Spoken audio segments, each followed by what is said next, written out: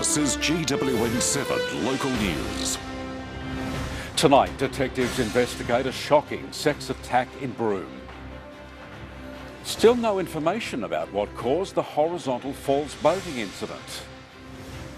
Calls for a tourism ban with Indonesia to keep out foot and mouth. And unseasonal rain floods the Pilbara, a cold and wet Monday for our northwest. Details shortly. It's now 5:30 and we're live across Western Australia. Good evening. First tonight, detectives are investigating a sex assault at a beach party in Broome. Police say a woman in her 30s was taken to hospital with serious head injuries. Her attacker is still on the run. The tourist destination and party hotspot has been overshadowed by a serious sex attack. The act itself was quite horrendous. She was seriously assaulted and obviously sexually assaulted as well. Police say a 31-year-old woman attended a rave event at the weekend on Cable Beach at the sand dunes just north of the rocks. That's where it's alleged she was attacked by an unknown man, struck to the head multiple times, causing her to fall. Later taken to hospital with serious head injuries. It occurred pretty much within sight, just behind a sand dune from where the event was. So, within a matter of metres from where there were people gathered. Listening to music. It's believed the party event in Broome attracted between 100 and 200 people, and police say the assault happened close by. The victim's gone off behind the sand dunes to go to the toilet, and that's when the suspect is struck. While details of the sex attack are still murky, Broome detectives are working to piece the night together and are asking for witnesses to come forward. The suspect is described as being slim build, 170 to 177 centimetres in height, and we believe dark skinned, but that hasn't been confirmed. Rachel Clifford, GWN7 News. 3 days after a shocking incident at the remote horizontal falls off our north coast, we still don't know what happened. The investigating authorities haven't released any information. What we do know is that 26 tourists and 2 crew members were on board a boat when something went terribly wrong, leaving many needing medical evacuation and surgery in hospital. It was supposed to be a thrilling tourist experience, but instead, passengers and crew on board the Falls Express boat wound up battered and bruised. The Australian Maritime Safety Authority and WorkSafe are now jointly in charge of the investigation, telling GWN7 News today that 2 inspectors had been sent to the scene on Sunday. They certainly noticed damage on the vessel, but that at this stage, that's all we have. What we do plan to do in the coming weeks is certainly have the vessel mechanically analysed to make sure that the propulsion and steering systems were not a contributing factor to this incident. But still no word as to what actually happened, adding to the confusion surrounding the incident. On Friday, the police said this. What we can say is that a number of people did find themselves in the water and a number of people are injured. I don't have the confirmation of people injured. But that has since been denied. Horizontal Falls Seaplane Adventures says the vessel didn't capsize and no passengers were thrown into the water, and the boat immediately returned to the pontoon. A number of people are still receiving treatment at Royal Perth Hospital, including orthopaedic, trauma and plastic surgery as a result of their injuries. The investigation remains active as authorities scramble to figure out what went wrong. We've been able to piece together enough to start planning the next stage of the investigation, and in the coming days begin speaking with the occupants on board the vessel. Today, the Royal Flying Doctor Service shed some light about their role on the day. The newest Rio Tinto Life Flight jet, which arrived in March, was the first of 3 PC-24 jets to arrive on scene near Horizontal Falls on Friday, bringing RFDS crews to treat patients on site and later transferring 13 patients with serious injuries back here to Perth. Amanda Sabatino, GWN7 News. It's been a horror weekend on our country roads with 3 people killed in separate crashes around the state. Police are warning road users to take extra care and caution this week to avoid any more fatalities on our roads. GWN7 News reporter Elise Holden has the details.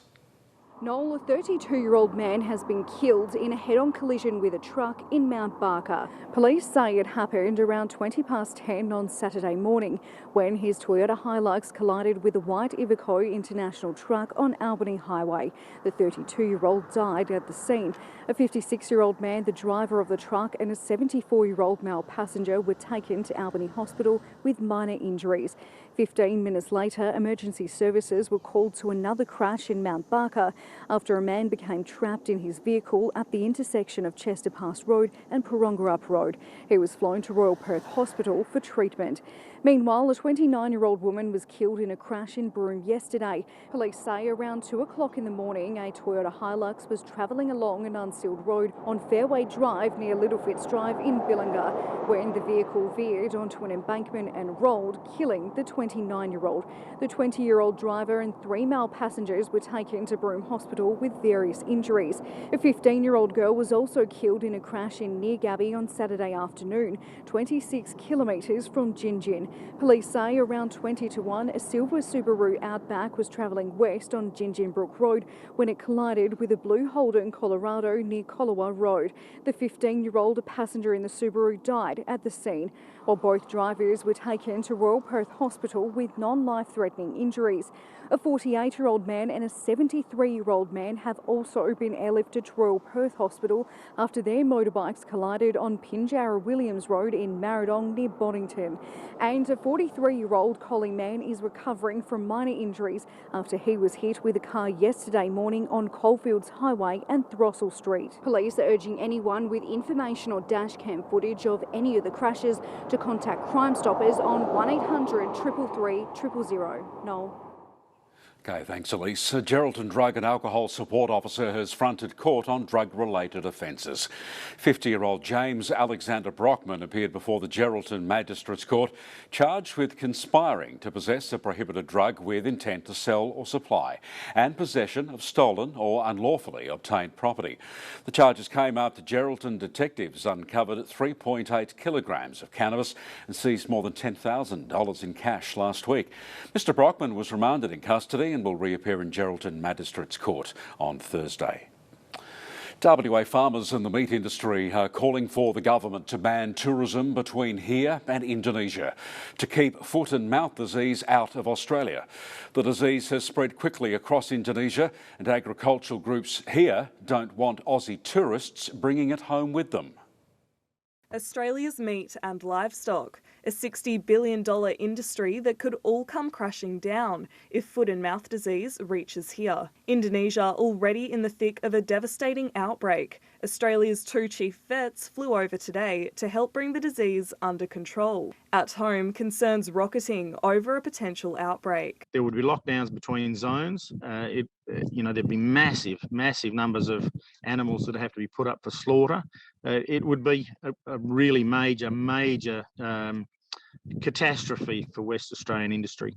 The Indonesian outbreak sparking calls from the meat and livestock industry for a temporary travel ban to Indonesia to stop tourists from bringing the virus back with them. The real issue is that if it gets into Bali, where the 1.3 million tourists from Australia go each year, that effectively we're creating a highway of foot and mouth disease from Bali into Australia through our airports. Not much good for the economy over there, but if it's $60 billion industry is a pretty major thing that we need to protect. And biosecurity, I think, is something that should be very, very high on the agenda of the incoming Agriculture Minister's agenda. If FMD does get to Australia, there is a vaccine, but stocks are low globally and using it would close Australian exports to South Korea and Japan. The new disease threat appearing as Australia transitions into its federal government, with a new Agriculture Minister to be sworn in this week. Brianna Melville, GWN7 News. Shauna Willis has the latest on weather and massive rainfall in the north. Yeah, thanks, Noel. The unseasonal falls have broken several rainfall records and flooded parts of the Pilbara. A cloud band, a surface trough and offshore low moving northeast across this sort of Pilbara coast and up into more parts of that West Kimberley. Meanwhile, south, or much of the south, in fact, avoided wild weather over the weekend, and today you can see we have a high developing, a cold night into light scattered falls amid all the sunshine. sunshine. Wyndham, our hotspot today, 35 degrees, while Broome went from just 22 into 25, and cold and wet for much of the Pilbara. Karratha 21, would you believe? Just 14 here in Newman. Carnarvon managed 22. Geraldton dipped to 4 overnight into 20, and a chilly Monday for the Goldfields, just 15 in Kalgoorlie after an overnight low there of 5. And a mild day further south as well. Bunbury went from 3 into a top of 20. We had 17 for Albany.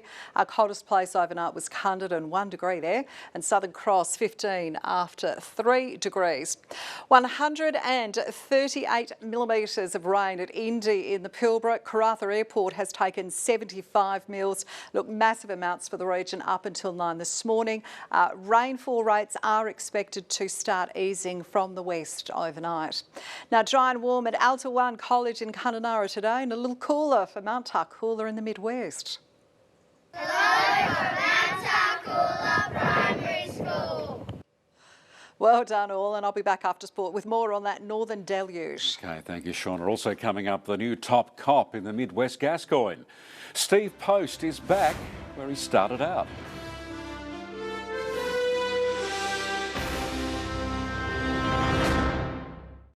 There's been another drop in the number of daily COVID infections reported across WA. In the last 24 hours till 8 last night, there were more than 6,600 new infections.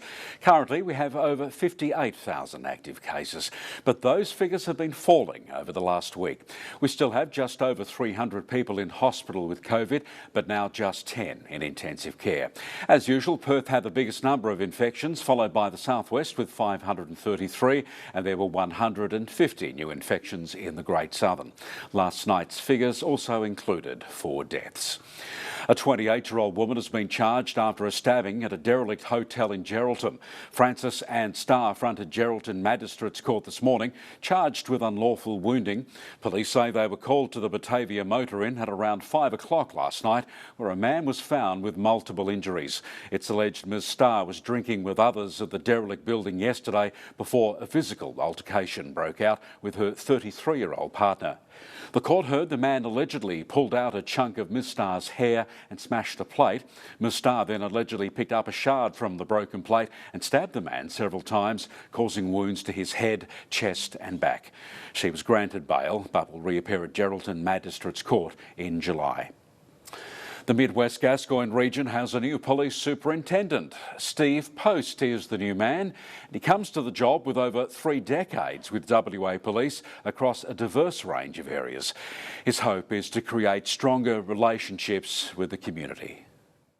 He started his work as a police cadet in Geraldton in 1988. Now Steve Post has gone full circle. Steve is the new superintendent for the Midwest Gascoyne region based in Geraldton. He will be responsible for areas bounded by Jurien Bay to the south, Carnarvon to the north and Meekatharra to the east. The country boy from Northam has spent 36 years with WA Police, 25 of those as a detective. Also spent a lot of time at major crime, investigating homicides, drug, serious and organised crime, also child protection, and as well as working in the districts in the metro area. Steve has coordinated the policing response for events across WA. His latest stint was with Operation Tide as a part of the incident management team during the pandemic, as well as working with Optus Stadium in Perth. I was most recently working on building a policing response at the Optus Stadium. So what you see at Optus with police, I was involved in for about 9 months. Whilst that was being built. In his new role, Steve is hoping to create a stronger community through connecting with those in the region. What I hope to do is to make a positive difference for the community, build relationships with the community, most importantly, and particularly the Indigenous communities in the Midwest Gascoyne district, and also to build relationships with the other key players and the other key stakeholders in government, bringing people together to make a difference in the community. Adelaide Williams, GWN7 News. Coming up in sport, former docker Brett Peake is a 13-goal wonder for the Albany Sharks.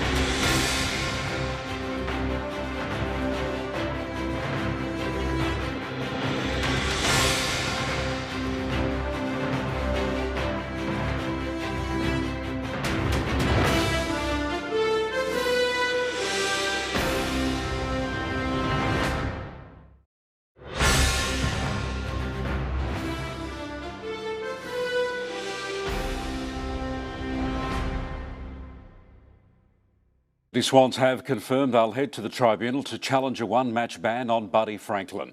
The champ from Dowran was best of field on Friday night as the Swans overcame the Tigers to win by 6 points. Franklin booted 5, but was cited for this incident involving Richmond midfielder Trent Cotchin. The hit was judged by the match review officer to be intentional, low impact and high contact.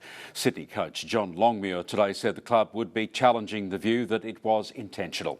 They face reigning premiers Melbourne this Saturday. The footy community is today in shock with the news of a great Southern superstar's medical scare.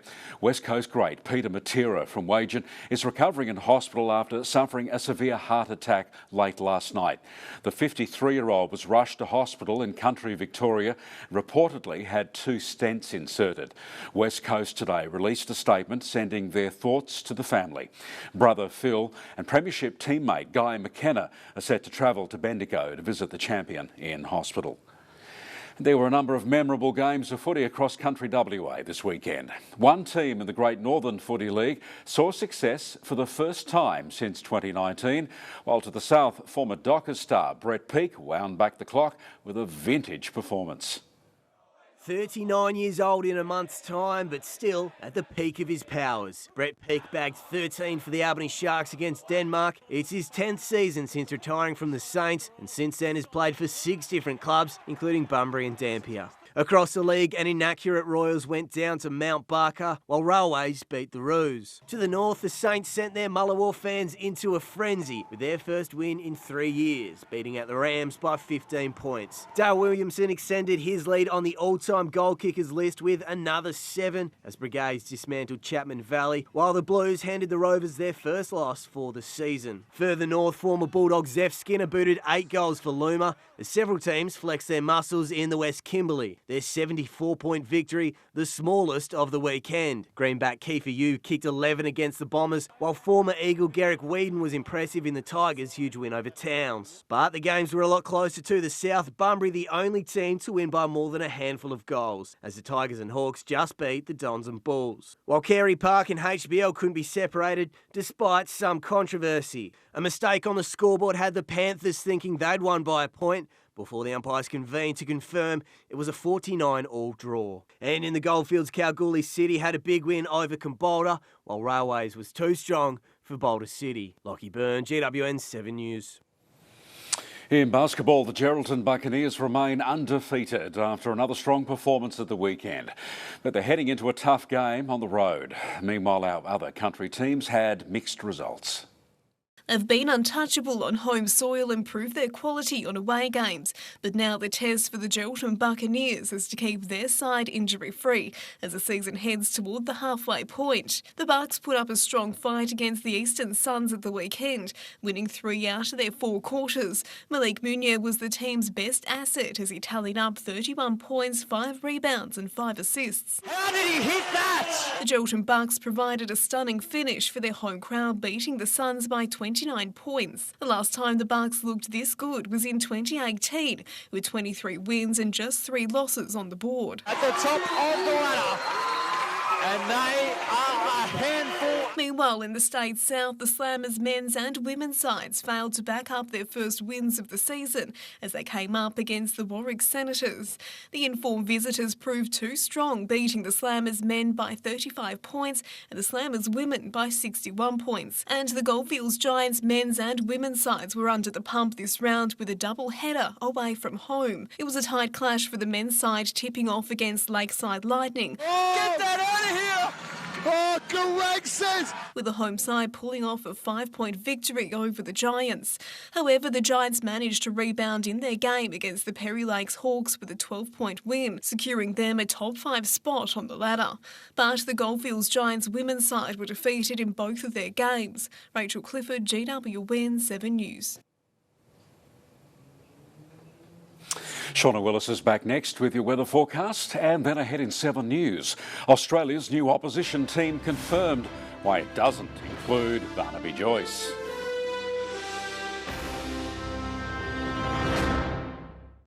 Tonight's weather report brought to you by Renova Solar, powering WA homes for over a decade. RenovaSolarWA.com.au Welcome back. And severe weather warnings for the West Kimberley for tonight as that northern system moves slowly east over the next few days.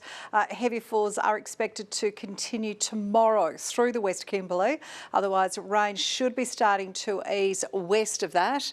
Another cool night is expected south with just some possible light showers along that south coast. A moderate cold front reaches the southwest Capes later then on Wednesday. We do have some showers for that sort of far southwest corner through here of the state, but skies should be clearing further to our north. Some showers for the eastern Pilbara moving through the Kimberley with some possible thunderstorms there as well. Thursday, expect showers for south coastal districts. Otherwise, it is clear skies, although some mild temperatures for much of the state. Showers and possible thunderstorms again for patches of the Kimberley. By Friday, much more seasonal skies for our north. Possible thundery showers moving through parts of that sort of eastern Kimberley. Cloudy with some lingering showers patchy over the far south.